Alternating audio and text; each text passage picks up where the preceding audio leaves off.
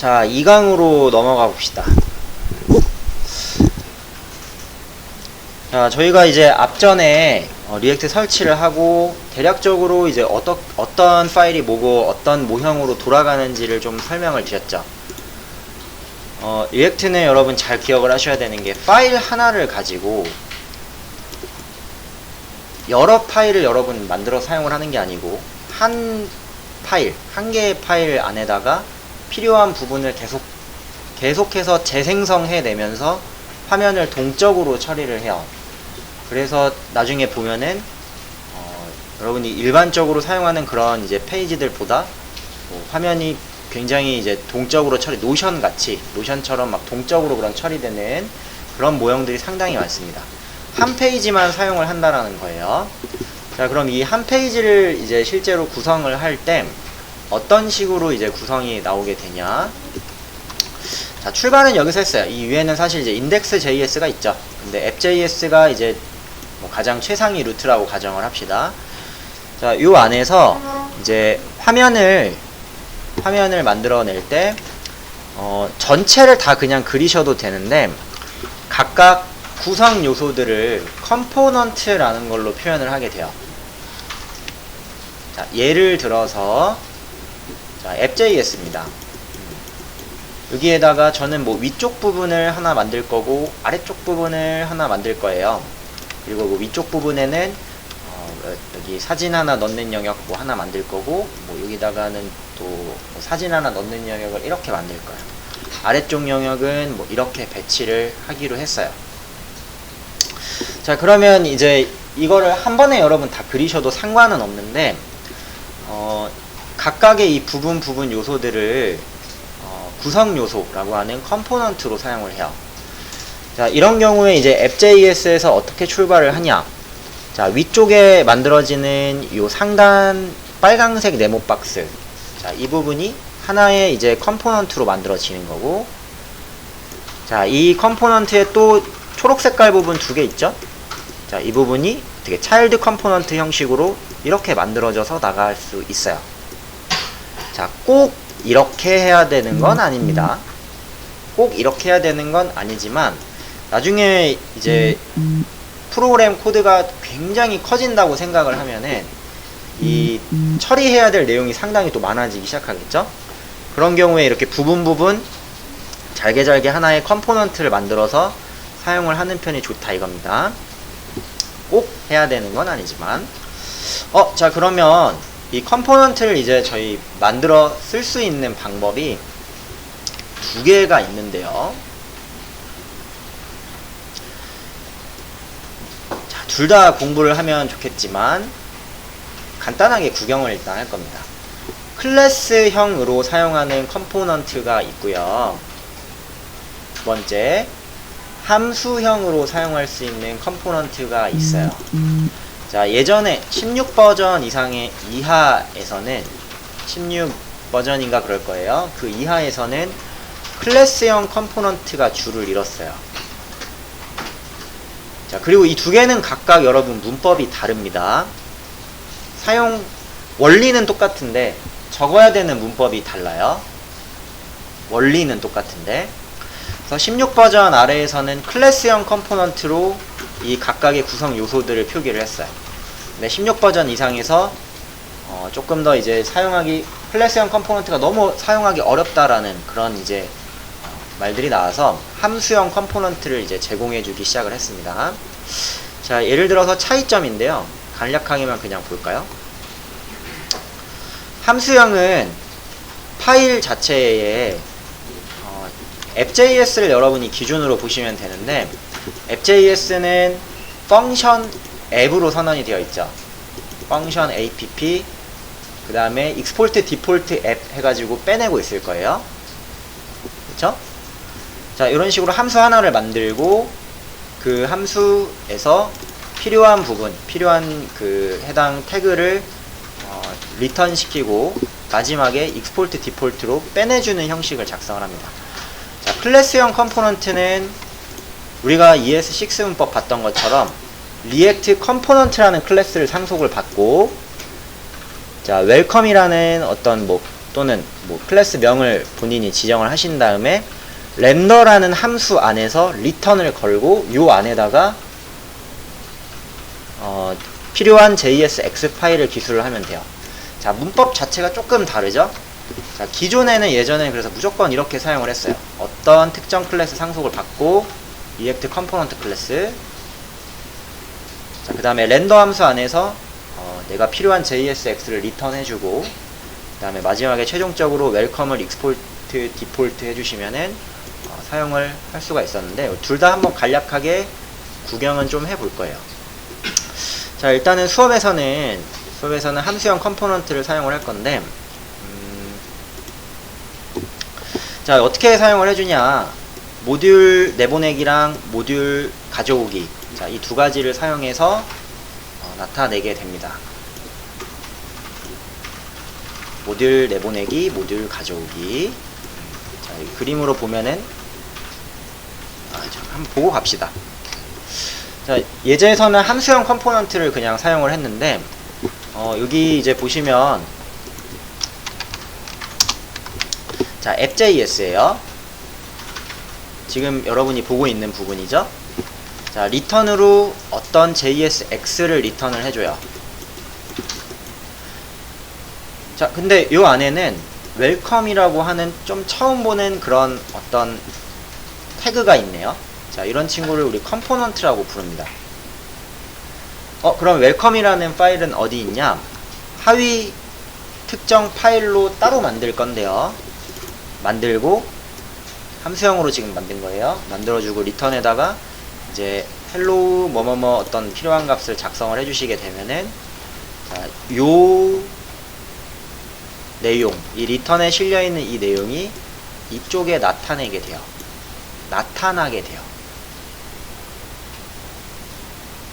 잘 이해가 안 되죠? 한번 확인을 해 봅시다.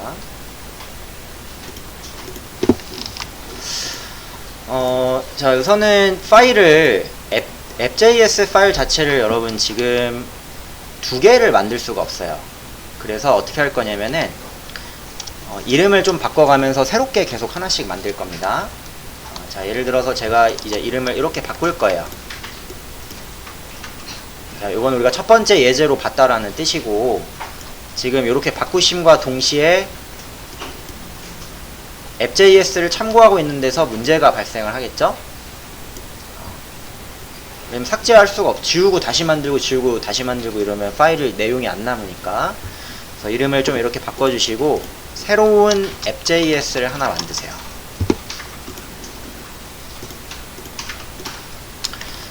자, 요거는 우리가 이제 사용을 할 건 아닙니다. 이름 바꿔주시고 하나를 만들어 줍니다.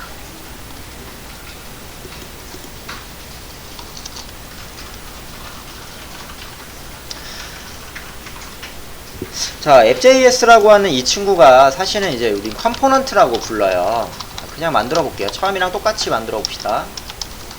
자, 함수를 하나 만들고 리턴에다가 리턴 소괄호 열고 요 안에다가 그냥 div 태그 하나 만들어 봅시다.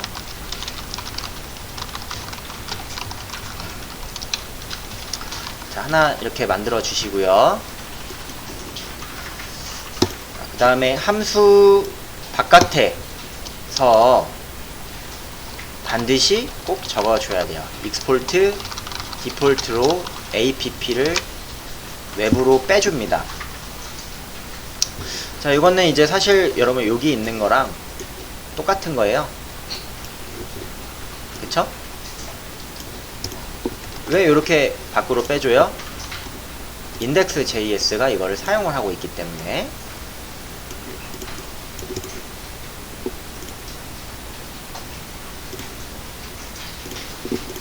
자, 벌써부터 막 어지러워 오죠? 자, 화면에는 여러분 이제 그림이 이제 요 부분으로 바꿨을 거예요. 그쵸? 이렇게 바뀌었을 거예요. 자, 근데 여기에서 이제 만족을 하지 말고 우리는 요 앱.js 밑에 있는 또 다른 새로운 컴포넌트를 하나 더 만들어 볼 겁니다. 자, 이렇게 한번 만들어 볼게요. 자, 여기다가는 클래스형 컴포넌트 해가지고 자, 하나 생성을 하고요. 자, 아까 우리 이제 문법 한번 보세요. 두 개가 있으면 된다, 안 된다? 안 된다. 그래서 어떻게 해라? 꼭 하나로 묶어야 되는데, 프래그먼트로 엮어줍시다.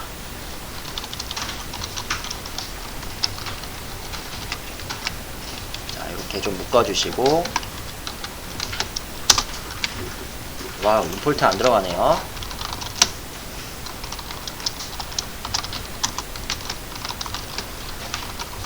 까먹으셨으면 임포트 구문은 저기서 갖고 오세요.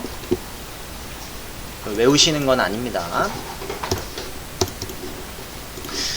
자, 여기 클래스형 말고 우선 함수형으로 봅시다. 우리가 만들어 놓은 게 함수형이니까 함수형 컴포넌트로 요걸 제가 이제 바꿔 볼게요. 자, 프로그램 코드를 바꿀 건데 똑같이 띄워 볼 거예요. 똑같이. 전혀 다른 거 하나도 없이 똑같이 이렇게요. 자, 어떻게 만들어 볼 거냐면은 폴더를 이제 하나 만들어 봅시다. src 밑에다가 폴더, 하위 폴더, 자, 컴포넌트라는 폴더를 하나 만들게요.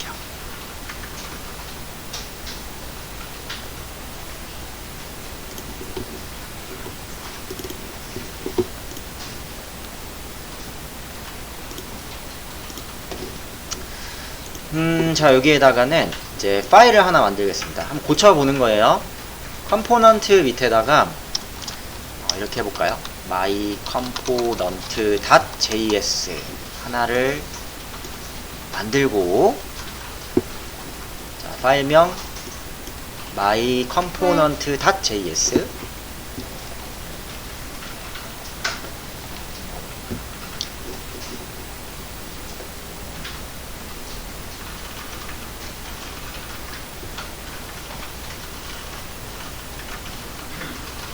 자, 그 다음에 myComponent.js는 이렇게 한번 적어보세요. 파일명을 그대로 따라가시면 되는데 파일 이름이 myComponent죠? 그러면 이렇게 만들어집니다. 그 다음에 이 친구를 밖에서 사용할 수 있게 export default myComponent 시킬 거예요. 자동 완성.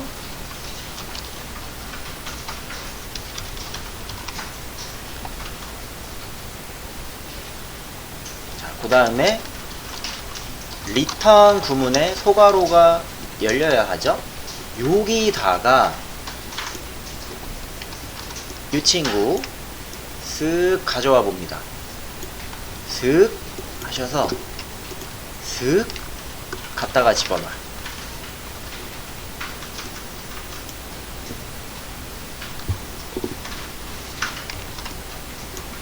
쓱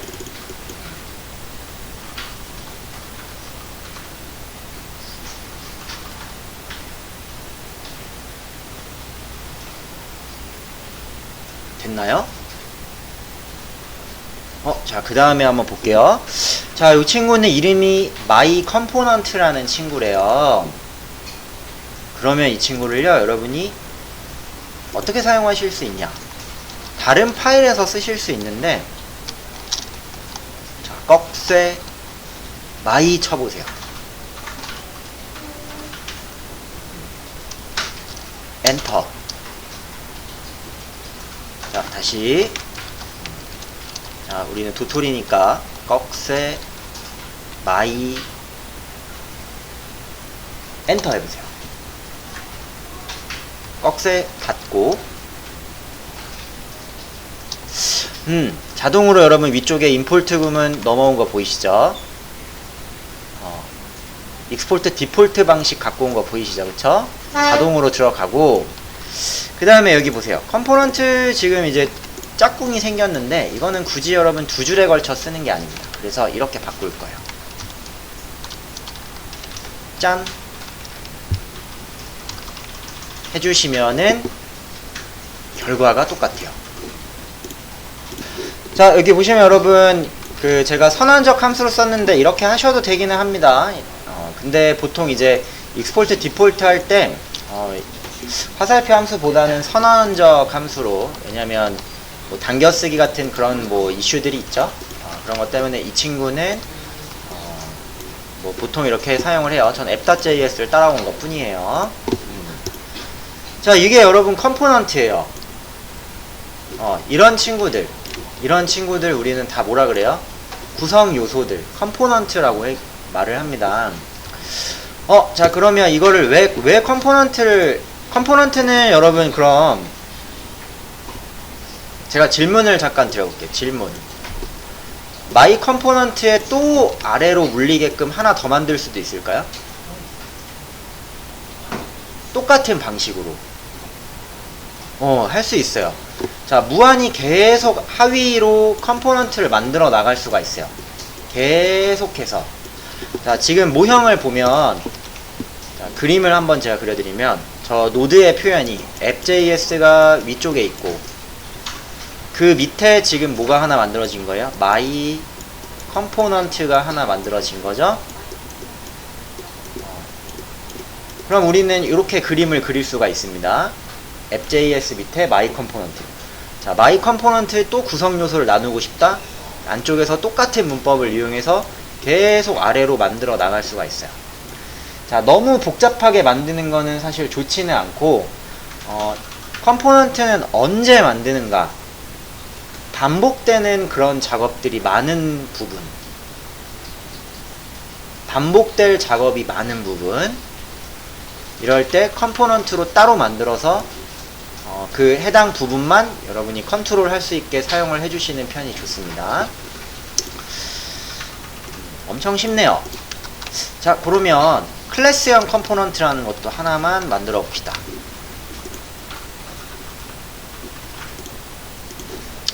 자, 요번에는 파일 하나만 더 만들어 볼게요. 자, 새로운 파일 만들 건데, 자, 이름은 my component 2라고 해볼게요. my component 2 2번. 여기다는요, 함수로 쓸 게 아니고 클래스로 한번 적어 볼 거예요. my component 2 중괄호. 자, 근데 이 친구 혼자 사용을 하는 게 아니고 익스텐지를 하나 받을 겁니다. 자, 리액트의 컴포넌트라는 친구를 하나 상속을 받을게요.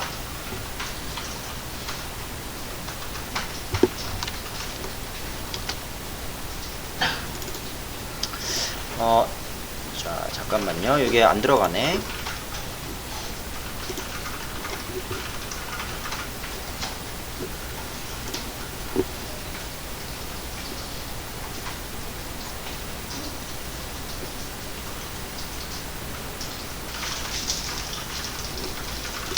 자, 위에다가 여러분 구문 이렇게 하나 적어보세요.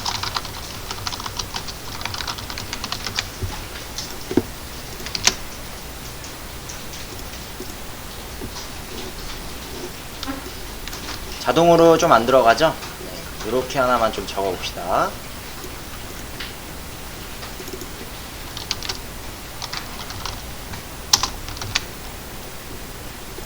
자, 이렇게 넣고 똑같아요. 익스포트 디폴트 시킬 건데 my component 2 클래스를 익스포트 디폴트 시킬 거야.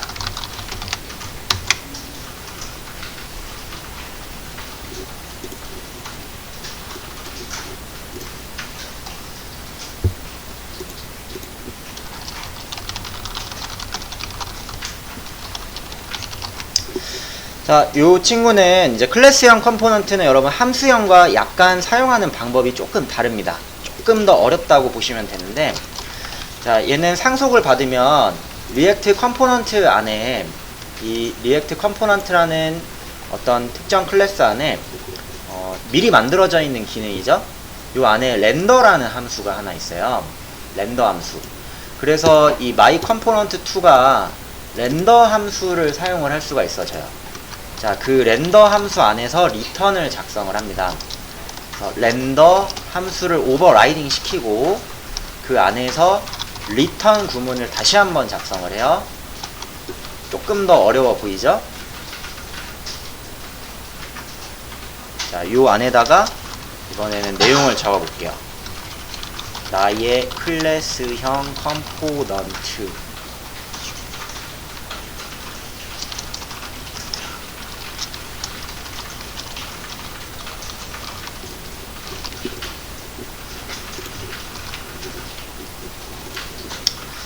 자, 적어줬습니다.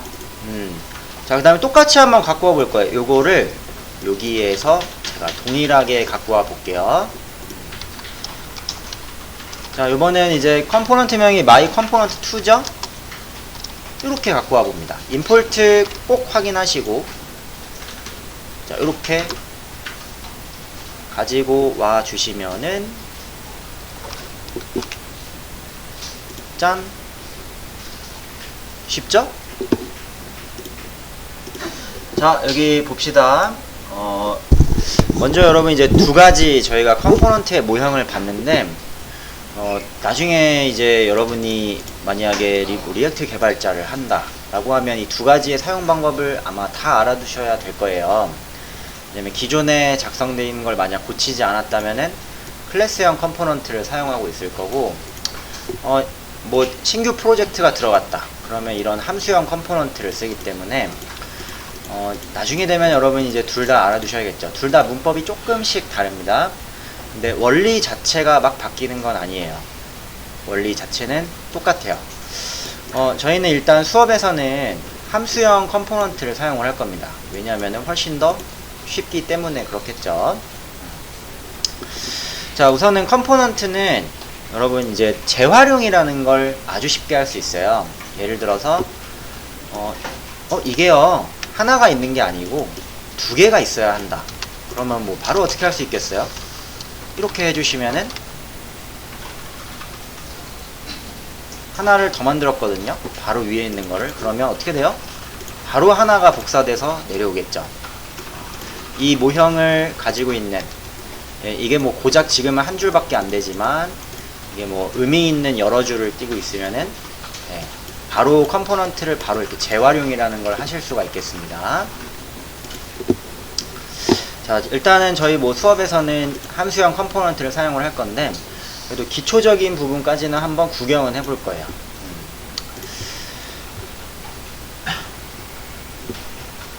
자, 이 컴포넌트의 우리가 활용 방법을 조금 이제 봐봅시다. 자, 컴포넌트 하면 이제 빼놓을 수 없는, 컴포넌트라고 하면 빼놓을 수 없는 아주 중요한 존재가 하나 있는데요. 바로 props라는 존재입니다. 자, 제가 중요라고 써놓은 거는 뭐겠어요? 중요하다는 뜻이에요. 자, 리액트의 이 핵심적인 어떻게 보면은 하나의 방법, 컴포넌트를 나눴을 때 이 컴포넌트들을 의미 있게 사용할 수 있는 아주 중요한 방법이 하나 될 수 있는데, 자, props라는 게 이제 뭔지 한번 볼게요. 자, props는 상위 컴포넌트에서 하위 컴포넌트로 전달할 수 있는 매개 변수예요. 자, 지금 app.js가 상위 컴포넌트죠. 그리고 이 밑에는 뭐 myComponent라는 하위 컴포넌트가 있어요.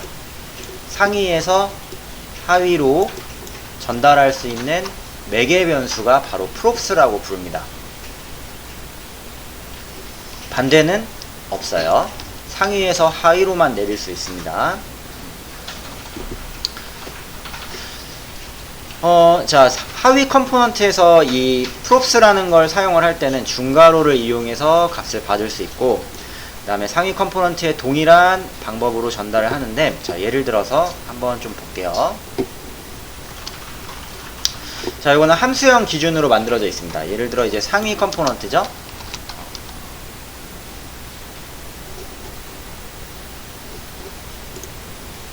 자, 상위 컴포넌트에서는 지금 매개 변수, 자, 해당 컴포넌트한테 속성을 하나 기술을 했어요. 속성. 자, 이 속성은 이제 name이라는 속성, 그리고 중괄호 열리죠. age라는 속성, 중괄호 열리고, 이메일이라는 속성, 세 가지를 전달을 했습니다. 자, 이렇게 전달되는 게 바로 props라고 그래요. 상위에서 하위로 전달할 수 있는. 자, 그러면 이 전달하는 프롭스는 하위 컴포넌트에서 어떻게 받을 수 있냐? 함수형 같은 경우는 매개 변수로 받으실 수 있어요. 자, 이 이름은요, 이 이름은 정확히 뭘 따라가냐면은 상위 컴포넌트에서 전달하는 속성명을 따라가게 되어 있습니다. 자, 여기에는 좀 의아한 문법이 하나 보이네요. 중괄호 문법, 그쵸? 자, 이게 왜 이렇게 되는지 제가 좀 이따 설명을 드릴게요. 자, 이렇게 받으시면 이렇게 쓸 수 있다라는 건데, 자, 하나씩 좀 뜯어가면서 봅시다. 자, 우선은 지금 이제 app.js 제 왼쪽에다가 놓고 여기 컴포넌트를 하나 열어봅시다. 자, 이 상태에서 제가 이제 매개 변수를 하나 좀 줘볼게요.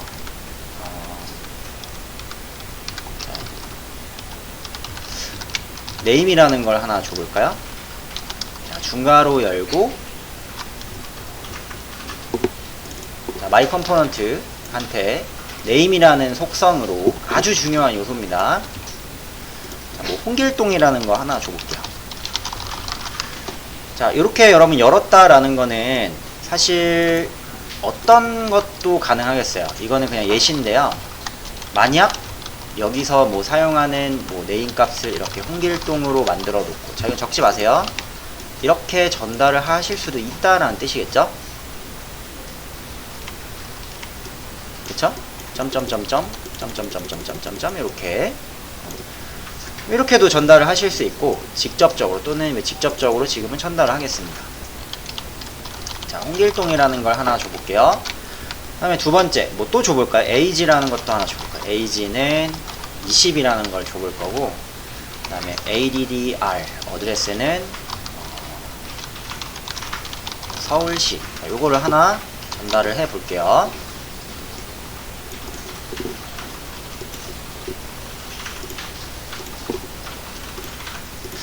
자, 요런 애들을 뭐라고 한다요? 프롭스라고 부릅니다. 하위로 전달하는 매개 변수. 그러면 어떻게 이걸 받을 수 있나?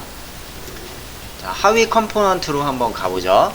하위 컴포넌트는 첫 번째 매개 변수로 그 결과를 받을 수 있어요. 예를 들어서 제가 x라고 하나 선언을 해보겠습니다. x. 자, 이 x가 무엇인지 한 번만 콘솔 로그로 찍어볼게요.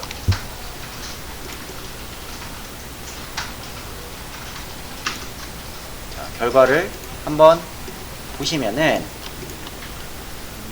자, x가 뭐예요?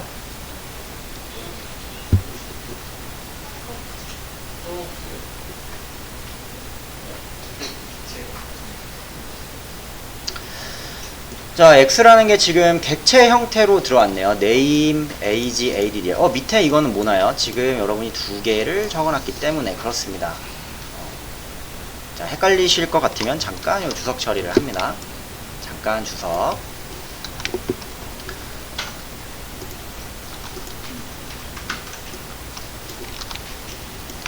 여기 컴포넌트 두 개 쓰고 있죠. 똑같은 애를 재활용하고 있죠. 잠깐 주석 처리하시면은 하나가 나올 텐데, 첫 번째 매개 변수에 뭐가 전달된다? 하위 컴포넌트의 첫째 매개 변수에는 프롭스가 전달이 됩니다. 자, 좀 안 보이시겠지만 잘 보세요. 눈을 크게 뜨시고. 자, 그러면 제가 눈으로 지금 확인을 시켜 드렸잖아요. 그쵸? 자, 그럼 이 값을 우리가 어떻게 할 수 있겠냐? 구조분해 할당을 할 수 있을 것 같아요. 그쵸? x에 대해서 name, age, address 값이죠. const 객체니까 name, age, address 받으실 수 있습니다.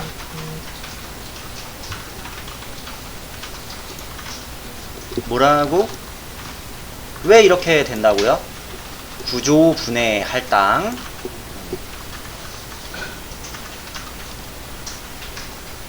자, 만약 여러분 구조분해 할당을 못한다면 어떻게 해야 돼요? 세 줄에 걸쳐서 적어야 될 거예요. x. 네임 해서 const name 자 이렇게 저장을 하고 그쵸?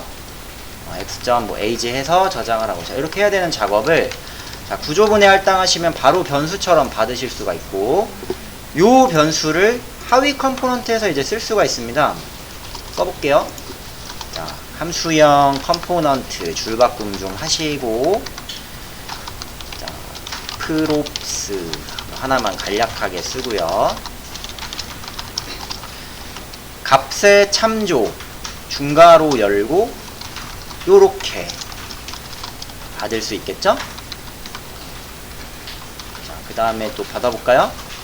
중괄호 열고 ag 자, 중괄호 열고 addr 요렇게 받으실 수 있을 것 같아요. 화면에 잘 나오는지 한번 볼까요? 짠! 오호!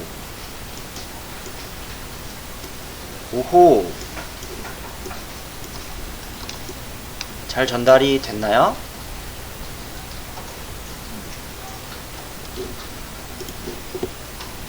이게 뭐예요? 상위에서 하위로 주는 매개 변수 props라고 부릅니다. 자, 물론 첫 번째 매개 변수에 여러분 props가 전달이 되는데요. 자, 이거를 조금 더 멋지게 쓰실 수도 있어요. 예를 들어서 x가 뭐일 거라고 이미 알고 있어요? x가 뭐일 것이다. 객체일 거거든요. 그쵸? 방금 눈으로 확인했잖아요. 그쵸? 그러면 이렇게 여러분이 변수 받아서 사용을 하실 수 있지만 얘를 결국엔 어디다가 넣으셔도 되는 거예요. 요래 넣으셔도 되겠죠. 그렇지 않나요? 첫 번째 매개 변수에 props가 들어온다. 이거는 객체여서 구조분해 할당을 했어요. 근데 굳이 이렇게 받을 필요 있나? 그냥 함수 매개 변수에서부터 구조분해 할당을 할 수가 있습니다. 그래서 중괄호 열고, 중괄호 안 쓰시면 안 되겠죠? 중괄호 열고 네이메이지 어드레스 받으시면 결과는 똑같이 받으실 수 있습니다. 자 그러면 우리 이 props 또는 이 컴포넌트의 장점이라는 걸 하나 볼까요? 이제 이 친구를 하나 좀 열어볼 거예요. 자 확인하셨으면은 이 친구를 여러분 하나 열어볼게요. 요거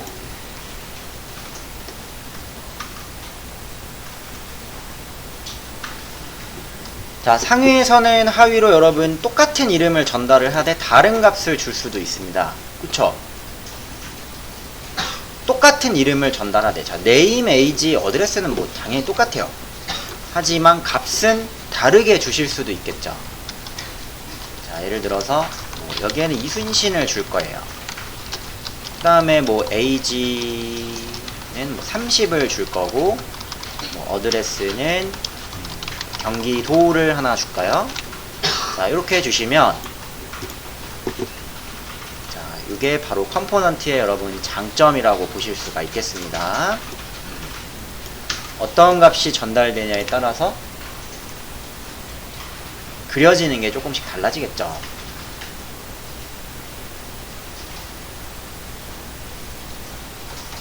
자 확인해 보세요. 자 그러면 여기서 props와 이제 함께 여러분이 알아두시면 좋은 내용을 하나만 좀 더 보고 가죠. 이제 props가 왜 여러분 이렇게 쓰이는지는 알 것 같아요. name, age, 뭐 어드레스, 이메일을 받았어요.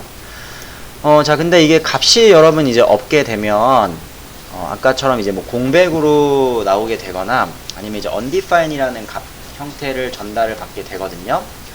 자 그래서 props의 기본값 props가 가져야 되는 초기 값을 지정해 줄 수 있는 방법을 제공을 해 줍니다.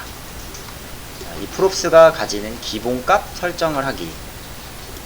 자, 바로 default props라는 속성인데요. default props. 요거는 props의 초기 값이라고 생각을 하시면 돼요. 자, 무조건 필수는 아닙니다. 하지만 해주시면은 좋다예요. 필수는 아니지만 해주면 좋다. 자, 예를 들어서 my component, 자, 이 my component에는 name, age, address, 이메일이 들어오는데 어떤 경우에는 뭐 없을 수도 있어요. 자, 그런 경우는 아까처럼 이게 이제 없으면 공백이나 잘못된 값이 넘어오게 되거든요. 이렇게 공백값. 잠깐 제가 지웠어요. 자, 이게 값이 넘어오지 않더라도 초기값을 지정해주는 방법입니다. 바로 컴포넌트 명점 디폴트 프롭스 하고 중괄호를 열고 키 프롭스 명은 기본값, 프롭스 명은 기본값 쭉 나열을 하시면 됩니다. 자, 필수는 아니에요. 자, 이런 경우는 프롭스가 넘어오지 않으면 이 프롭스에 대한 기본값을 자동으로 사용을 하게 돼요. 선언되어 있는 기본값을 자동으로 사용하게 됩니다. 자, 대소문자명을 정확하게 구분을 하니까 외우지는 마시되 잘 기록을 좀 해두시면 좋겠죠? 아니, 외우세요. 말 실수했네. 외우세요. 네. 자, 한번 사용을 해봅시다. 예를 들어서 자, 여기서는요 이메일이라는 것도 하나 받아볼 거예요. 이메일.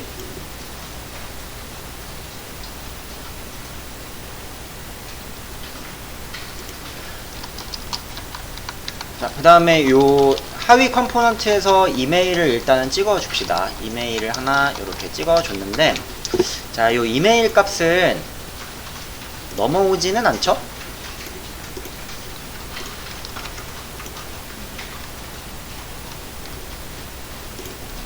프롭스 뭐 이메일. 자, 넘어오지는 않네요. 이게 넘어오지 않더라도 한번 기본값을 지정을 해볼게요. 자, 함수 바깥에다가 적어줍니다. 함수의 바깥에. 자, my component라는 요 부분 바깥에다가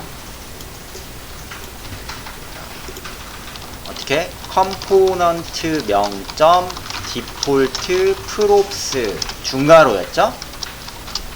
자, 그대로 적어볼게요. my component 점 디폴트 프롭스 중괄호 하나 열고, 자, 기본값을 지녀야 하는 애들 선언을 해주시면 됩니다. 자, 예를 들어 이메일이죠. 이메일은 뭐 www 점 네이버 점 com이 아니고 뭐 aaa 네이버 점 com. 자, 이렇게 하나 지정을 해 볼까요?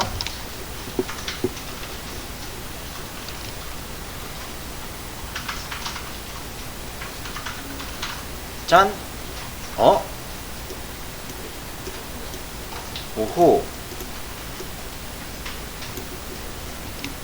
할만하죠? 그쵸? 자, 이메일 값 넘어오지 않았어요. 그렇더라도 기본 값으로 뭘 갖게 해주는 거예요? aaa 네이버.com 이라는 걸 갖게 해줍니다. 그러면 주석으로 좀 적어 놓겠죠. 프롭스 값이 넘어오지 않을 때 기본값의 선언입니다. 대소문자 다 가리는데 여러분 여긴 좀 자동 완성을 안 도와주더라고요. 여기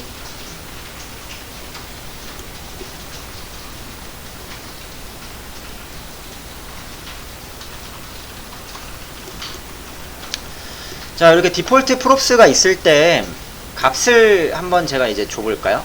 만약에 이제 위에는 이메일을 하나 줄 거예요. 이메일이라는 프롭스 직접 줄 겁니다. 자, 요거는 뭐 상위 네이버.com. 자, 요렇게 한번 줘볼게요. 하나만 줬어요.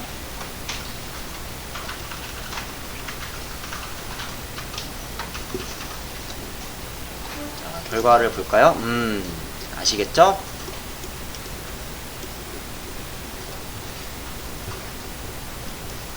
결과 보시면은 전달이 되면은 전달된 거를 따라가는 거고, 전달이 안 된 거, 자 밑에 컴포넌트는 전달이 안 됐잖아요. 그러면 이렇게 기본값을 따라가게 됩니다. 자, 꼭 이메일만 제가 이제 뭐 적었지만 이것만 적을 필요는 없습니다. 다른 것들도 쭉 다 적으실 수 있어요. 예를 들어 뭐 age 같은 경우는 기본값이 0이다 뭐 이렇게 하실 수 있는 거고, 뭐 ADDR 뭐 기본값이 서울시다, 네, 뭐 부산이다, 뭐 이렇게 쭉 나열을 하실 수 있겠습니다.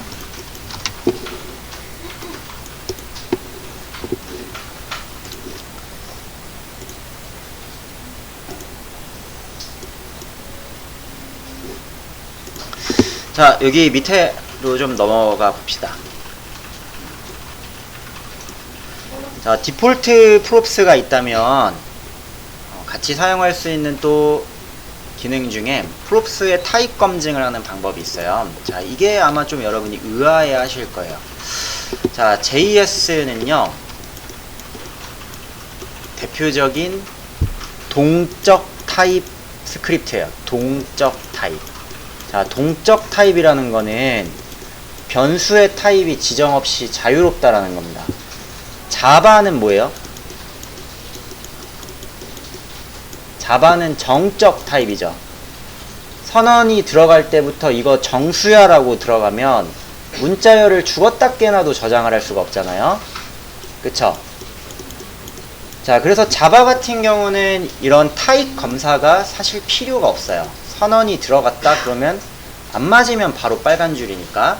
근데 JS는 위험한 게 뭐냐, 동적 타입이기 때문에 숫자를 써야 하는데 문자가 막 들어오는 경우도 있고, 숫자 써야 되는데 객체가 들어오는 경우도 있고, 숫자 써야 되는데 펑션이 들어오는 경우가 있어요. 자, 이게 어떻게 보면은 참 좋기도 한데 나쁘기도 해서 정적 타입으로 변환해서 쓰자라고 해서 나온 게 타입 스크립트예요. 타입 스크립트. 자, 이거는 또 다른 문법입니다, 여러분. 끝도 없죠?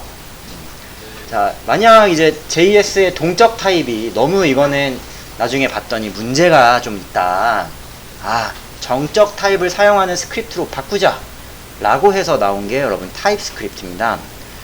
그래서 나중에 여러분이 뭐 관련된 업무를 하다 보면은 타입 스크립트라는 얘기를 많이 들을 텐데요, JS에서 파생된 또 하나의 문법이라고 생각을 하시면 돼요. 자, 하여튼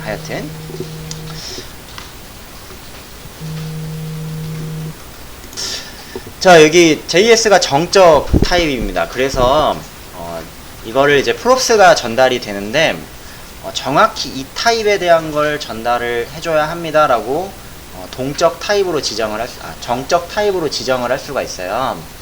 자, 그게 이제 프롭스의 타입 검증입니다. 자, 이 프롭스 타입 검증은 이 프롭스 타입이 정확히 이 타입일 것이다 라고 선언을 하는 거예요. 필수는 아닙니다. 여러분이 이걸 잘 지킬 수 있다면은 선언하지 않으셔도 전혀 문제는 없는데 같이 알아두시면 좋겠죠. 자, 이 친구는 이제 component.proptypes라는 속성으로 이 전달되는 props의 타입을 지정을 할 수가 있습니다. 자, 예를 들어서 이거는 뭐 규칙이니까 그냥 보세요. 사용을 하실 때 props 타입의 안에 들어있는 이제 기능을 좀 사용을 하게 되는데, 자, name은 반드시 string 타입이다라고 선언을 한 거예요. props types.string. 자, age는 반드시 number다라고 선언을 한 거예요. 자, 펑션 같은 경우도 있습니다. 이건 반드시 펑션이다. 뭐 props type.function. 자, 또는 이제 조금 더 더불어서 스트링이긴 스트링 타입인데 반드시 필수입니다 라고 지정을 하실 수도 있어요. is required 라는 속성을 이용해서. 자, 여기가 조금 여러분 어려우실 텐데 무조건 지정을 해야 된다라는 건 아니니까 한번 같이 보시면 될 것 같습니다. 자, 이렇게 지정이 된 경우에는 잘못된 값이 넘어오면은 문제를 일으키게 돼요. 개발자는 그럼 하위에서 이게 이 타입으로 반드시 뭐 넘어와야 되는구나, 그러니까 강제로 지정을 해주실 수가 있는 거예요. 자, 한번 뭐 지정을 해봅시다.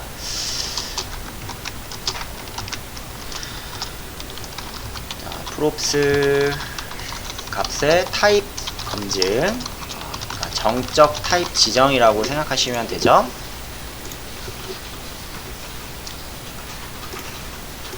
자, 강박관념 갖고 외우실 필요는 없습니다. 컴포넌트 명점 prop types라는 속성이죠.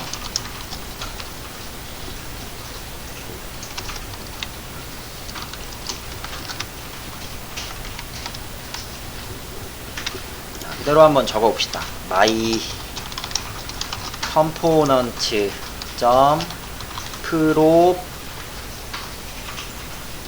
자, 여러분 프로토타입 이거 아니에요. 프로타입이에요. 프로타입. 프로토타입 아니에요. 자, 이렇게 지정을 하고, 그 다음에 이제 몇 개 지정을 해볼까요? 예를 들어 뭐 name은 자, 스트링 타입이다 라고 지정이 들어가야 되는데, 또는 뭐 age는 뭐 숫자 타입이다. 그 다음에 뭐 addr은 뭐 스트링 타입이다. 자, 이렇게 지정이 들어가야 되는데요. 여기에 들어가는 타입 검증 속성이 저도 이건 못 외웠어요. 자, 요 임포트 구문에 prop types 객체 안에 들어있는 각각의 속성들로 지정을 하게 됩니다. props 타입. 자, s 여러분 하나 들어갔다 빠졌다 이거에 따라서 또 문제가 크거든요. 잘 보시고. props 타입이에요. 자, 적어볼게요. 아마 자동 완성이 안 나올 것 같은데, 안 나오죠? 자, props types.string. 자, 적고, 위에다가, 넣기 전에요. 넣기 전에 여러분, import 구문부터 하나 넣으세요. 자, 위에다, import, 저도 이거는 못 외웠어요. prop types, prop type. 왜 이렇게 헷갈리게 돼 있냐? 자, props types죠? from, 자, 이거죠?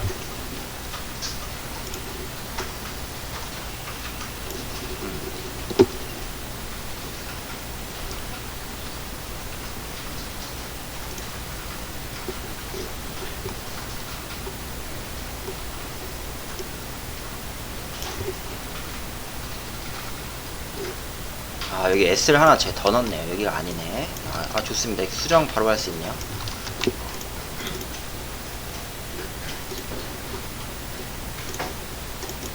여기.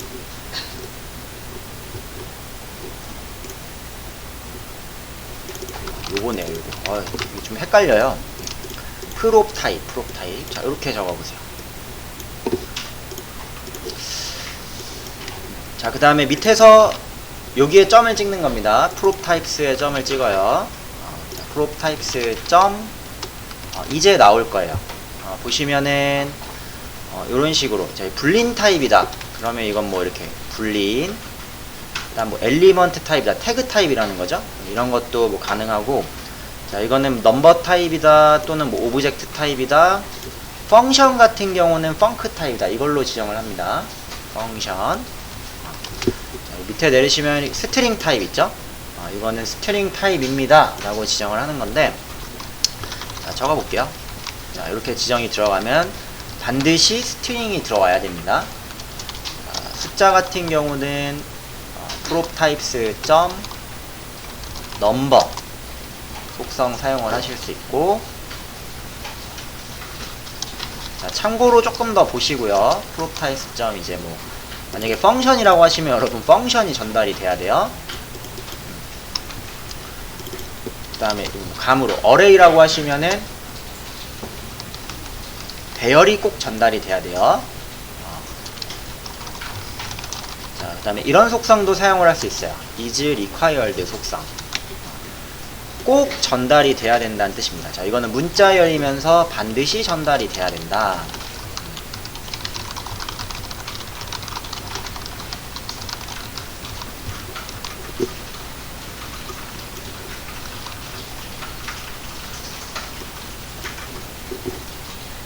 자, 이렇게 지금 넣으면 이제 우리 프롭스 형식을 한번 볼까요? 자, 상위에서 하위로 전달을 할 때, 요거는 문자예요. 오케이예요.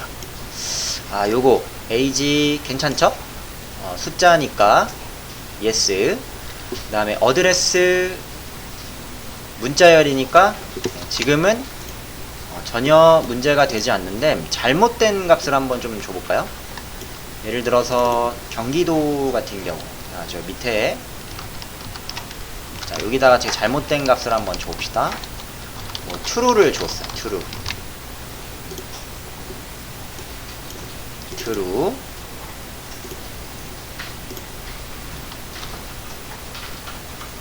true.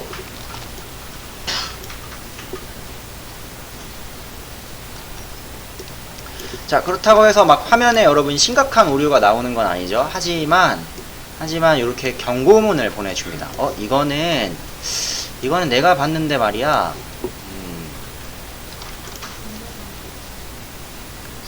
자, 프롭스 타입 중에 ADDR 불린 타입이 지금 전달이 되고 있는 것 같아요. 그쵸? 기대하지 않았, 스트링 타입을 기대했는데 불린 타입이 전달이 됐다라고, 요렇게 좀 여러분 잘못된 경고문을 아마 나타내게 될 겁니다. 그러면 요거를 보고 여러분이 이제 뭘 할 수가 있는 거예요. 여기는 이 프롭스는 꼭 문자열이 넘어가야 되는구나. 이 프롭스는 꼭 숫자 타입이 들어가야 되는구나. 자, 요렇게 여러분 확인을 하실 수가 있습니다.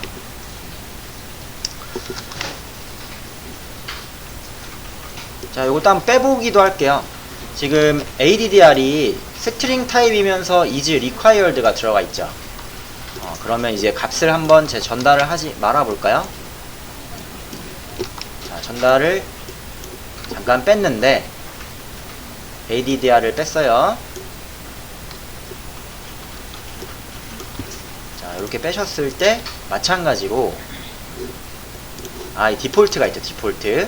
디폴트 잠깐 여러분 좀 지워보세요. 요거 잠깐 삭제. 디폴트 프롭스가 지금 부산이 들어가 있죠.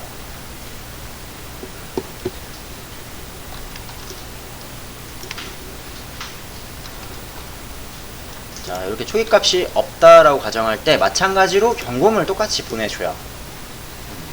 undefined이 넘어오고 있어. 그쵸? 필수인데. 그래서 요거는 이제 심각한 여러분 문제를 일으키는 건 아닌데, 개발할 때 도움을 주는 역할이라고 생각을 하시면 됩니다. 저는 지정을 보통 안 하는 편입니다. 자, 확인 한번 해보세요. 잘못된 값이 이렇게 넘어갔을 때랑, 또는 뭐 값이 넘어가지 않았을 때 경고문 정도만 한번 보시면 돼요.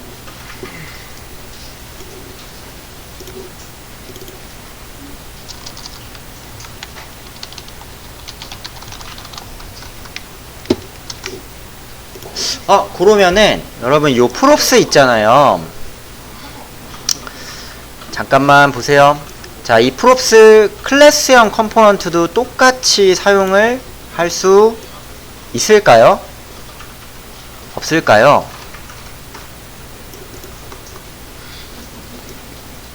여러분, 함수형 컴포넌트에서 지금 프롭스라는 걸 사용을 했어요. 그쵸? 클래스형 컴포넌트도 똑같이 이게 사용이 될까? 됩니다. 돼요. 대신에 문법이 조금 달라요. 문법. 자, 한번 이 클래스형 컴포넌트에서도 프롭스를 받는 문법을 간략하게만 한번 봅시다.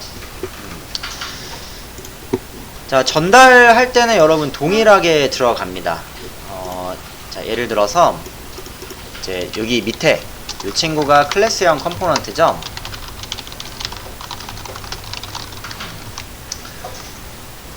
자, 예를 들어 저는 뭐 name과 age를 한번 줘볼까요?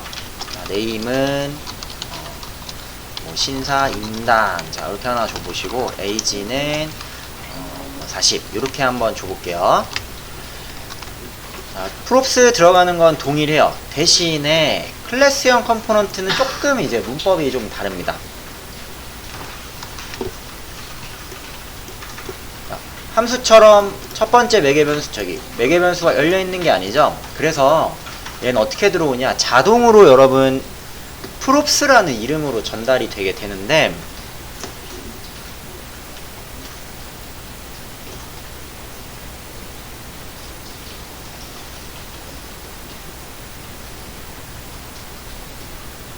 자, 이렇게 한번 받아볼게요. 얘는 여러분 상위에서 일단 쓰지 말고 렌더 함수 안에서 받을 거예요. 렌더 함수 안에 이렇게 적어봅시다. 클래스형 컴포넌트는 멤버 변수 props로 자동 전달이 됩니다. 자, 멤버 변수 props는 리액트 컴포넌트가 가지고 있는 거예요. 리액트 컴포넌트. 그래서 이 값을 어떻게 끄집어내실 수 있냐면 this. 찍어보세요.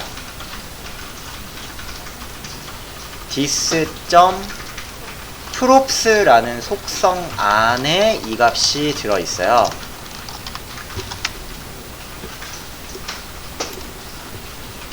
자, 한번 얘도 마찬가지로 구경해볼까요?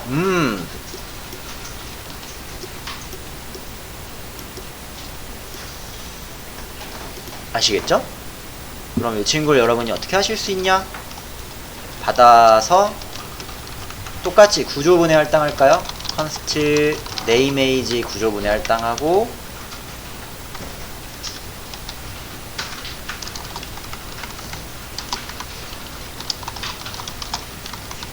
한번 찍어봅시다. name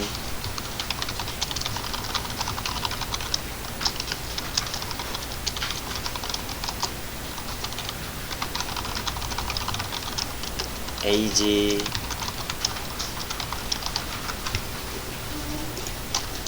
자, 이렇게 받아서 쓰실 수가 있습니다. 짜잔.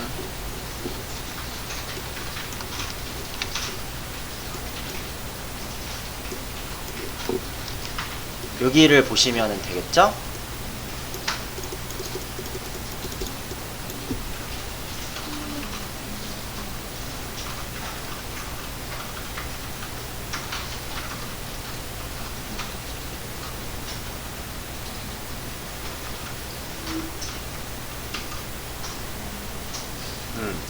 자, 그러니까 문법은 조금 다르지만, 마찬가지로 클래스형 컴포넌트도 여러분이 그대로 다 쓸 수 있습니다. 디폴트 props랑 이 아래 들어가는 props 타입 검증 동일하게 다 사용을 하실 수 있으니까 참고해 두시고요. 동일하게 다 됩니다.